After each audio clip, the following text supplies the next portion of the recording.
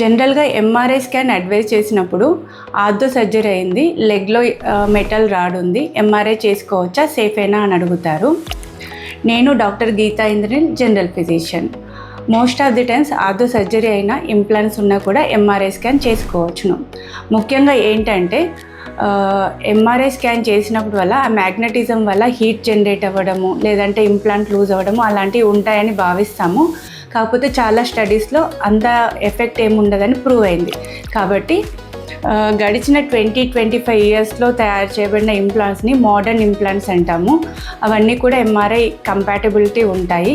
Stainless steel అయినప్పటికీ titanium అయినా, ఎలాంటి ఆర్థో ఇంప్లాంట్స్ అయినా, knee replacement, hip replacement surgeries అయినా కూడా ఎంఆర్ఐ స్కాన్ చేసుకోవచ్చును. ఓన్లీ ఎక్స్టర్నల్ ఫిక్సేటర్స్ అని కొన్ని సర్జరీస్లో ఎక్స్టర్నల్ ఫిక్సేటర్స్ యూజ్ చేస్తారు. అలాంటి వాటిలో మాత్రం ఎంఆర్ఐ స్కాన్ అవాయిడ్ చేయమని చెప్తాము.